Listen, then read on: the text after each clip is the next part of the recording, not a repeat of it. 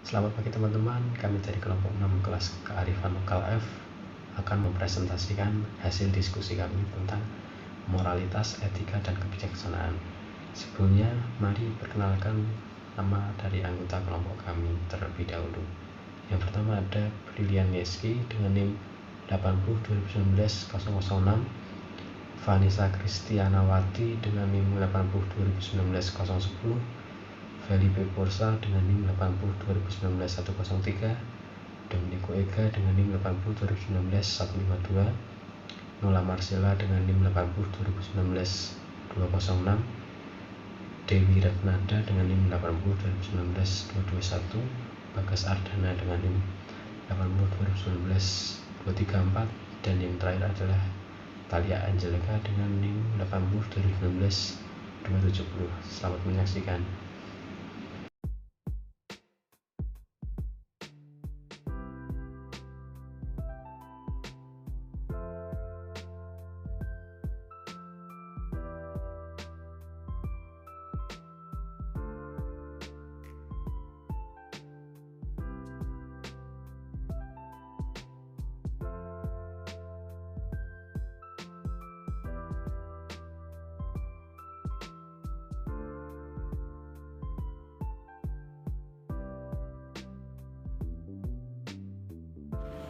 Baik, selanjutnya kita masuk dalam materi bentuk pengetahuan. Kebijaksanaan pada dasarnya adalah bentuk pengetahuan. Itu digambarkan dalam literatur hikmat yang paling mendasar sebagai pengetahuan bagaimana hidup. Dan pengetahuan itu juga dilambangkan oleh kebijaksanaan, harus juga ditunjukkan dalam kehidupan kita sebagai orang-orang yang dianggap bijak atau orang yang bijaksana. Adanya pemikiran bahwa manusia itu tidak sempurna dan bahkan seseorang yang bijak akan berkinerja lebih baik di beberapa bidang daripada yang lainnya. Kualifikasi muncul tergantung pada apakah Anda melihat kebijaksanaan dalam seluruh kehidupan atau sebagaimana diwujudkan dalam spesifik penilaiannya. Menurut Ryle, pada tahun 1945 sampai 1946, perbedaan mendasar yang merupakan pokok filsafat analitik di sepertiga tengah abad yang ke-20 adalah antara pengetahuan dan mengetahui itu. Selanjutnya adalah pengetahuan bisa melibatkan keterampilan khusus seperti cara memasak makanan, cara mengendarai kendaraan, cara memperbaiki sebuah kendaraan, dan sebagainya. Bentuk yang lebih kompleks termasuk bagaimana mengetahui atau mempertahankan hubungan manusia dan mengetahui cara hidupnya. Bahwa kebijaksanaan mencakup unsur besar pengetahuan. Seseorang yang naif berpikir bahwa pengetahuan yang sangat penting harus dimiliki dimensi intelektual yang diucapkan, dan karenanya dapat ditangkap dalam formulasi mungkin melewatkan poin ini. Dan bahwa atau orang mungkin berpikir inti kebijaksanaan terjadi dari permata singkat mengetahui itu, tetapi setiap pengetahuan yang relevan sampai yang hampir tidak ada artinya dan bisa goyah atau tidak berharga kecuali dalam konteks pola pengetahuan yang luas bagaimana cara hidup dengan yang baik. Hidup dengan bijak disepakati secara luas atau paling tidak biasanya pada seluruh orang atau sekutu. Oleh karena itu, mengejar kehidupan yang bijak akan secara umum memenuhi standar kehati-hatian. Meskipun banyak dari apa yang kita sebut kehati-hatian cukup terpisah dari kebijaksanaan. Demikian, terima kasih. Halo, selamat pagi teman-teman. Perkenalkan, nama saya Brilian Yeski Coandra Coa, NIM 802019-006. Pada saat ini saya akan membahas tentang etika dan moralitas. Apa sih etika itu teman-teman? Oke, jadi etika adalah suatu norma atau aturan yang dipakai sebagai pedoman dalam berperilaku di masyarakat bagi seseorang terkait dengan sifat baik dan buruk. Jadi teman-teman, etika itu biasanya dipahami sebagai ajaran yang berisikan perintah dan larangan tentang baik buruknya perilaku manusia atau seseorang, yaitu perintah yang harus kita patuhi dan larangan yang harus kita hindari. Contohnya, mengucapkan salam ketika kita bertemu oleh orang lain teman-teman. Etika ini pastinya telah diajarkan oleh orang tua kita sejak dulu hingga sekarang, sehingga seseorang yang tidak mengucapkan salam saat bertemu oleh orang lain akan dianggap sebagai tidak beretika teman-teman. Lalu, apa sih moralitas itu teman-teman?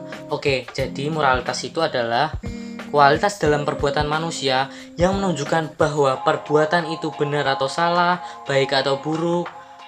Jadi teman-teman, moralitas itu lebih condong pada pengertian nilai baik dan buruk dari setiap perbuatan manusia itu sendiri teman-teman. Contohnya, ketika kita ingin membuang sampah teman-teman, kita tahu tindakan yang baik pasti kita membuang sampah pada tempatnya teman-teman. Dan tindakan yang buruk kalau kita malas membuang sampah pada tempatnya, pasti membuang sampah pada sembarang tempat teman-teman. Oke, jadi sekian presentasi dari saya. Selanjutnya mari kita dengarkan presentasi dari teman saya. Bye-bye. Perkenalkan, nama saya Felipe Porsa Jasambe Masela, NIM saya 802019-103. Di sini saya akan menjelaskan tentang kebijaksanaan dan moralitas. Satu pandangan yang berpengaruh adalah bahwa penilaian moral harus selalu dibuat atas dasar prinsip. Memang kita biasanya berbicara tentang orang yang berbudi luhur sebagai perempuan ataupun laki-laki yang memiliki prinsip. Begitu seseorang menemukan atau mengingat prinsip yang sesuai, prinsip memberikan atau dalam pandangan ini apa yang setara dengan analogi penilaian moral.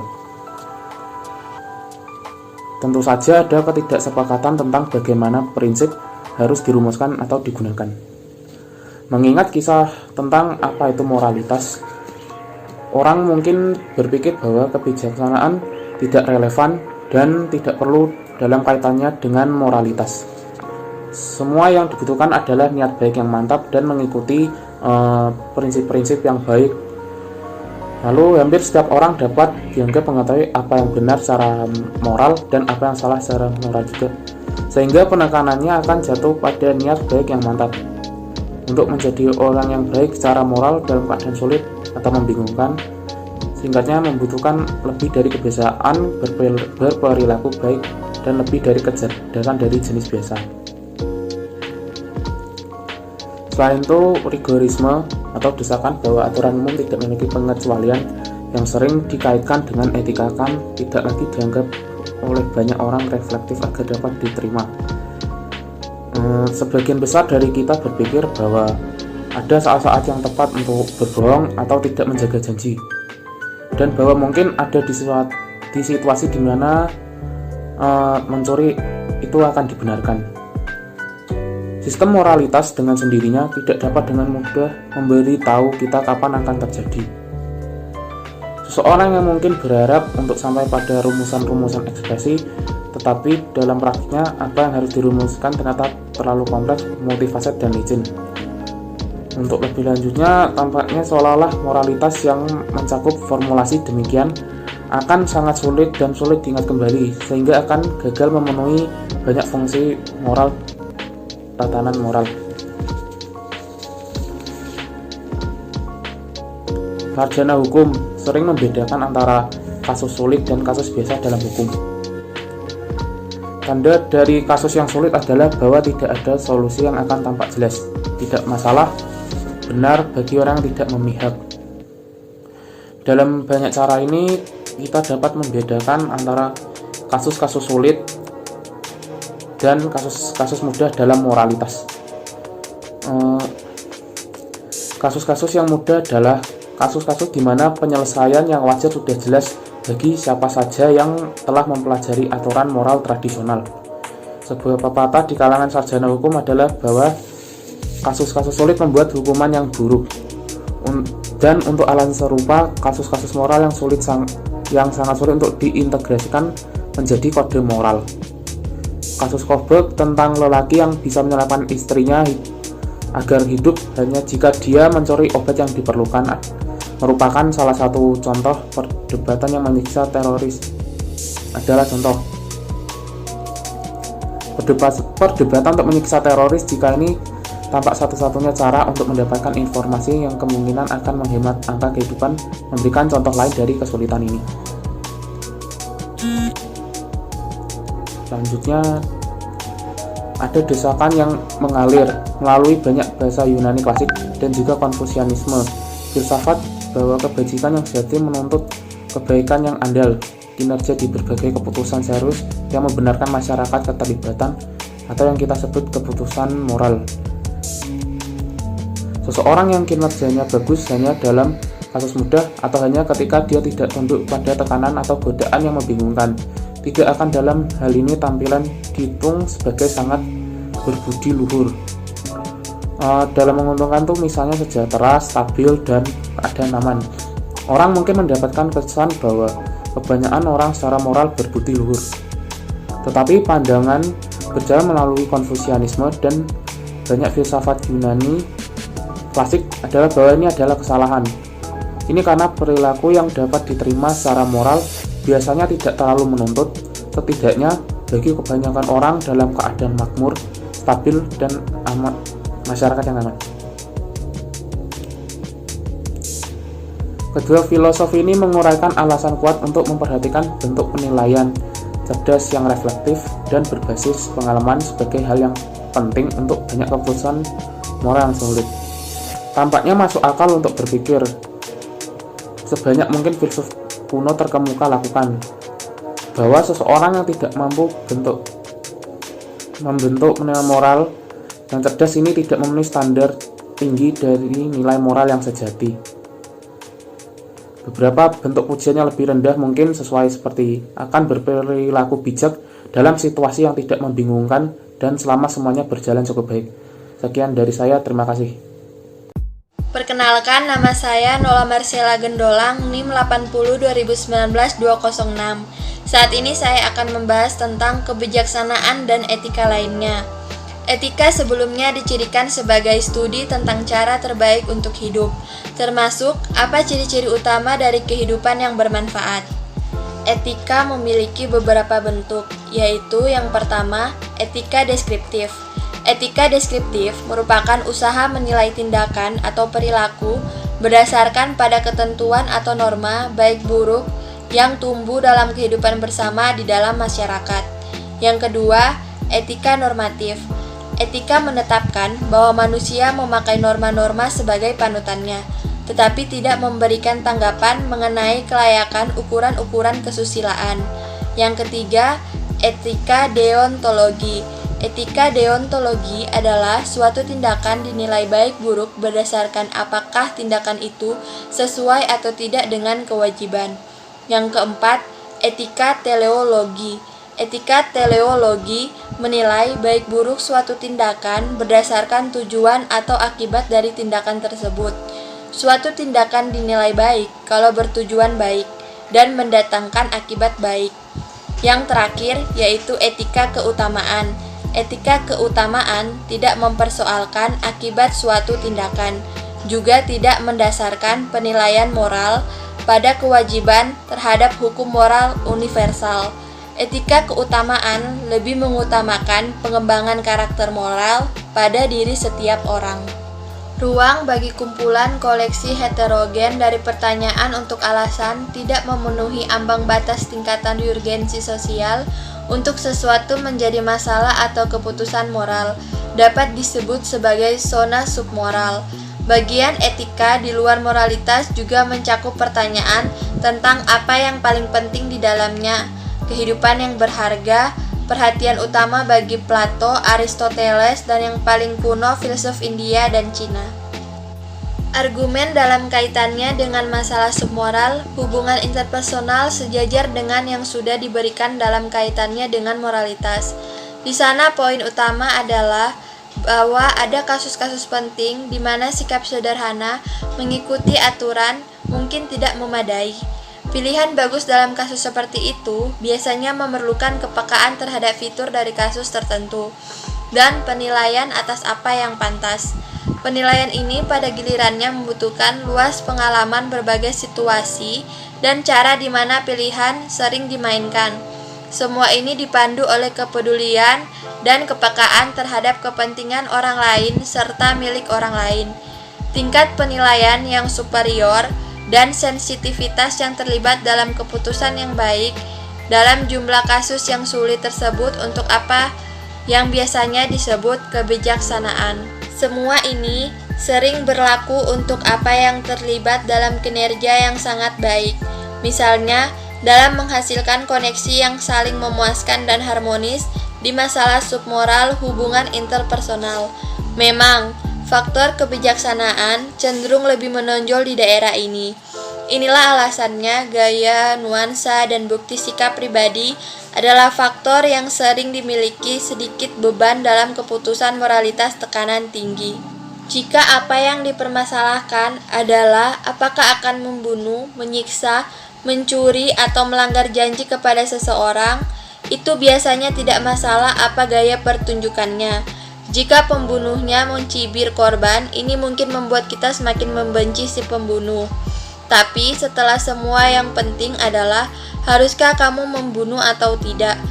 Tambahkan ke ini fakta bahwa sebagian besar keputusan moral menyangkut perilaku orang dengan siapa seseorang hampir tidak memiliki hubungan pribadi untuk berbicara dari, sehingga dalam kasus ini efek setelah gaya dan sikap sangat seringkali tidak penting. Sebaliknya, gaya dan sikap perilaku seseorang akan dimiliki efek besar pada hubungan pribadinya. Memang benar bahwa kadang-kadang sifat luas dari apa yang seseorang pilih untuk lakukan dapat membuat perbedaan nyata dan secara wajar dapat menginspirasi rasa terima kasih atau dendam. Di atas dan di luar sorotan semacam itu, suatu hubungan dapat sangat dipengaruhi oleh gaya karakteristik perilaku, seperti halnya dengan keputusan khusus antara alternatif yang jelas berbeda. Sikap yang datang melalui kemauan memiliki pengaruh besar pada kualitas hubungan. Ingat, Konfusius pengamatan bahwa dalam perawatan orang tua itu adalah sikap yang sulit. Selanjutnya akan dilanjutkan oleh rekan saya. Nama saya Vanessa Kristianawati, NIM 802019-010.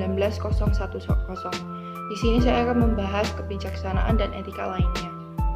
Etika sebelumnya dicirikan sebagai studi tentang cara terbaik untuk hidup, termasuk ciri-ciri utama dari kehidupan yang bermanfaat. Zona submoral. Zona submoral adalah ruang untuk koleksi pertanyaan yang heterogen karena berbagai alasan tidak memenuhi ambang batas tingkat urgensi sosial yang diperlukan untuk sesuatu menjadi masalah atau keputusan moral. Bagian perilaku terhadap orang lain yang kasar, tidak peka, dan atau agak egois biasanya tidak disebut tidak bermoral. Menjadi brengsek tidak berlanggar moralitas. Kebodohan dan kurangnya perhatian dalam mengejar pribadi proyek juga tidak naik ke tingkat moralitas. Bagian etika di luar moralitas juga mencakup pertanyaan tentang apa yang paling penting di dalamnya. Kehidupan yang berharga, perhatian utama. Bagi Plato, Aristoteles, dan yang paling kuno filsuf India dan Cina. Argumen dalam kaitannya dengan masalah submoral, hubungan interpersonal sejajar dengan yang sudah diberikan dalam kaitannya dengan moralitas. Di sini poin utama adalah bahwa ada kasus-kasus penting di mana sikap sederhana mengikuti aturan yang mungkin tidak memadai, sehingga dalam kasus seperti itu biasanya memerlukan kepekaan terhadap fitur dan kasus tertentu, dan penilaian atas apa yang pantas. Penilaian ini pada gilirannya membutuhkan luas pengalaman berbagai situasi dan cara di mana pilihan sering dimainkan. Semua ini dipandu oleh kepedulian terhadap kepentingan orang lain.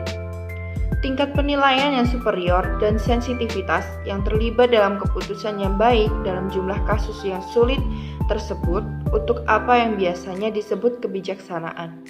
Semua ini sering berlaku untuk apa yang terlibat dalam kinerja yang sangat baik di masalah submoral hubungan interpersonal. Misalnya, dalam menghasilkan koreksi yang paling memuaskan dan harmonis. Faktor kebijaksanaan cenderung lebih menonjol di daerah ini. Alasannya karena gaya, nuansa, dan bukti, sikap pribadi adalah faktor yang sering dimiliki sedikit beban dalam keputusan moralitas tekanan tinggi. Jika apa yang dipermasalahkan adalah apakah akan membunuh, menyiksa, mencuri, atau melanggar janji kepada seseorang, biasanya tidak masalah. Jika pembunuhannya mencibir korban, ini mungkin membuat kita semakin membenci si pembunuh. Sebagian besar keputusan moral menyangkut perilaku orang dengan siapa seseorang hampir tidak memiliki hubungan pribadi. Sehingga dalam kasus ini, efek setelah gaya dan sikap sangat seringkali tidak penting. Sebaliknya, gaya dan sikap perilaku seseorang akan dimiliki efek besar pada hubungan pribadinya. Suatu hubungan dapat sangat dipengaruhi oleh gaya karakteristik perilaku, seperti halnya dengan keputusan khusus untuk antara alternatif yang jelas berbeda. Kualitas gaya dan sikap yang disampaikan tidak mudah untuk memantau atau mengontrol. Di sini, teman dapat memainkan peran penting, baik dalam memonitor maupun dalam upaya untuk berubah. Sikap biasanya akan membutuhkan menjadi tipe orang tertentu. Seseorang yang gaya sangat baik telah menjadi sifat kedua, dan siapa yang benar-benar memiliki sikap yang diinginkan dan merasa nyaman dengannya. Gaya interaksi personal yang baik juga memiliki fitur yang membuat mereka sulit untuk dibicarakan. Adalah mungkin untuk merumuskan banyak hal secara memadai pilihan dalam hidup, termasuk sebagian besar pilihan moral, dengan cara formula verbal. Seseorang dapat berbicara tentang pilihan antara menyajikan makanan kepada seseorang orang tua lanjut usia dengan cara bermuka masam, atau dengan cara yang mengekspresikan kehangatan dan terima kasih atas apa yang telah mereka lakukan. Gaya dan sikap terlibat dalam sejumlah besar bit perilaku yang berkelanjutan terhadap teman, keluarga, rekan kerja, dan sebagainya. Sering tidak cocok untuk formulasi segar. Perbedaan dapat menjadi halus dan sulit dipahami, namun dapat dirasakan secara kumulatif. Beberapa hal semua ini, karena sebagian besar terdiri dari perilaku sukarela, adalah masalah pilihan. Dalam pilihan sadar biasanya akan memiliki kesulitan dalam menemukan formulasi verbal dari alternatif yang akan memberikan daya tariknya. Karena begitu banyak pilihan yang sangat sulit untuk dibicarakan, tentang keunggulan yang mereka minta juga sulit untuk dibicarakan. Ini adalah salah satu alasan mengapa Konfusianisme, program mendidik diri sendiri seperti orang bijak, begitu halus dan ditunjukkan dengan cara seperti itu. Yang dibutuhkan adalah jenis pengetahuan yang diinternalisasi secara mendalam yang biasanya tidak memerlukan jeda dan waktu untuk berpikir. Pengetahuan ini harus responsif terhadap suasana hati, kebutuhan, dan respon orang-orang yang berinteraksi dengannya. Harus juga ada perasaan pengalaman tentang bagaimana berbagai macam interaksi dalam jangka panjang. Apa yang terlihat dalam kebutuhan dalam kehidupan seseorang, kita anggap kebijaksanaan tidak bisa semata-mata menjadi kepentingan pribadi, dan bahwa dalam beberapa hal bobot yang diberikan untuk kepentingan orang lain harus menjadi elemen yang menonjol. Ada asumsi yang tersebar dan dapat diperdebatkan, bahwa beberapa keputusan submoral kita, termasuk yang penting untuk kesuksesan kita dalam hidup, tidak memiliki kepentingan yang sesuai untuk orang lain, atau akan bermanfaat bagi mereka jika mereka bermanfaat untuk kami. Dalam kasus-kasus semacam itu, ada semacam kearifan dalam kepekaan terhadap kondisi lokal dan kesadaran tentang bagaimana keadaan biasanya terjadi. Sekian dan terima kasih. Perkenalkan, nama saya Dewi Retnanda Tuhura, NIM 80 2019 221. Nah, jadi dari semua yang telah dijelaskan oleh teman-teman saya, di sini kami mengambil kesimpulan bahwa pengalaman pribadi dan kemampuan untuk memiliki perspektif yang tepat adalah elemen penting sebagaimana yang biasanya kita anggap sebagai kebijaksanaan. Nah, ada argumen yang sedang berjalan dalam banyak filsafat kuno, yakni di Yunani, Cina, dan India, bahwa pengertian tentang apa yang penting yang dikontribusikan oleh kedalaman dan perspektif akan menginformasikan proyek pribadi dan perilaku umum kehidupan. Nah, kebijaksanaan dalam pandangan ini pada dasarnya adalah bentuk pengetahuan. Nah, yang paling mendasar ini adalah masalah mengetahui cara hidup. Karena itu, pengetahuan yang dilambangkan oleh kebijaksanaan harus dipamerkan dalam kehidupan orang bijak.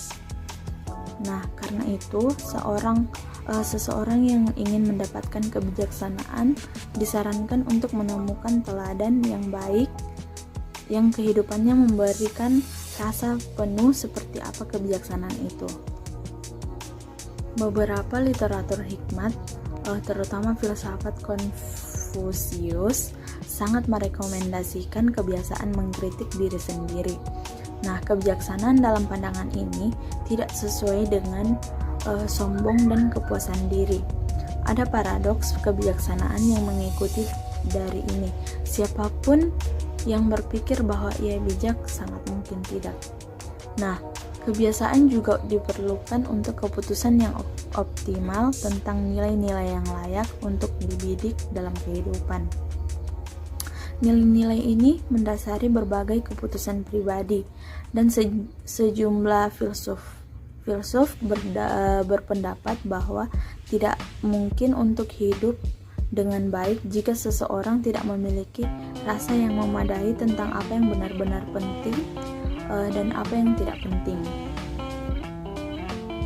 Nah, ada juga berbagai pilihan, termasuk sebagian besar dari mereka yang terlibat dalam hubungan sosial yang dapat berpengaruh pada kualitas kehidupan meskipun mereka tidak melibatkan karakteristik urgensi sosial dari pilihan moral.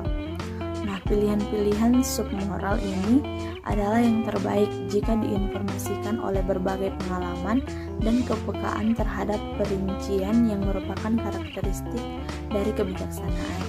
Nah, sekian dari kelompok kami. Terima kasih.